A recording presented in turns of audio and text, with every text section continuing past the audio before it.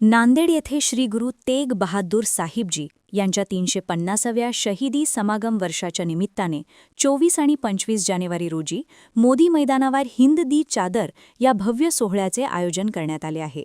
या सोहळ्यासाठी येणाऱ्या हजारो भाविकांच्या सेवेसाठी मुखेडचे तहसीलदार राजेश जाधव यांच्या मार्गदर्शनाखाली शेकडो कर्मचाऱ्यांची टीम नांदेडमध्ये सज्ज झाली आहे। हिंद दी चादर श्री गुरु तेग बहादूर साहिबजींच्या अजोड बलिदानाला आणि त्यागाला वंदन करण्यासाठी आयोजित या कार्यक्रमासाठी परराज्यातूनही मोठ्या संख्येने भाविक नांदेडमध्ये दाखल झाले आहेत। भाविकांना कोणत्याही प्रकारची अडचण येऊ नये यासाठी तहसीलदार राजेश जाधव यांच्या नेतृत्वाखाली मुखेड येथील कर्मचाऱ्यांचा मोठा ताफा तैनात करण्यात आला आहे। या टीमच्या माध्यमातून भाविकांना पिण्याचे पाणी, शरबत आणि फळवाटपाचे नियोजन अत्यंत शिस्तबद्ध पद्धतीने केले जात आहे।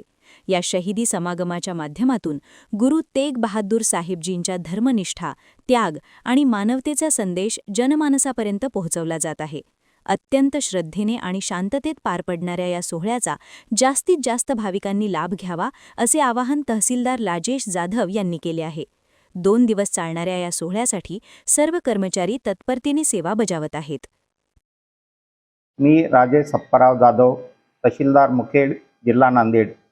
धर्म, सत्य आणि मानवतेच्या रक्षणासाठी आपल्या पणाचे बलिदान देणारे हिंद दी चादर श्री गुरु तेग बहादूर साहिबजी यांच्या 350व्या शहीद समागमाच्या पावन पर्वानिमित्त दिनांक 24 व 25 जानेवारी 2026 रोजी नांदेड येथील मोदी मैदानावर एक भव्य दिव्य आणि ऐतिहासिक शहीदी समागम आयोजित करण्यात आलेला आहे।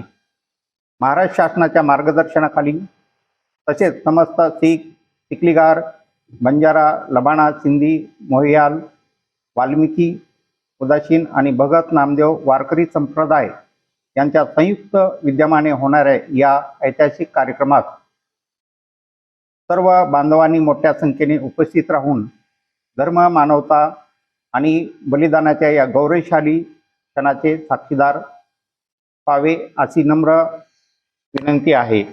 आपली उपस्थिती हीच श्री गुरु तेग बहादूर साहिबजी यांना खरे अभिवादन ठरेल। वाहेगुरु जी की खालसा, वाहेगुरु जी की फतेह। धन्यवाद। प्रतिनिधी मुजीब सय्यद, NTV न्यूज मराठी, मुखेड, नांदेड।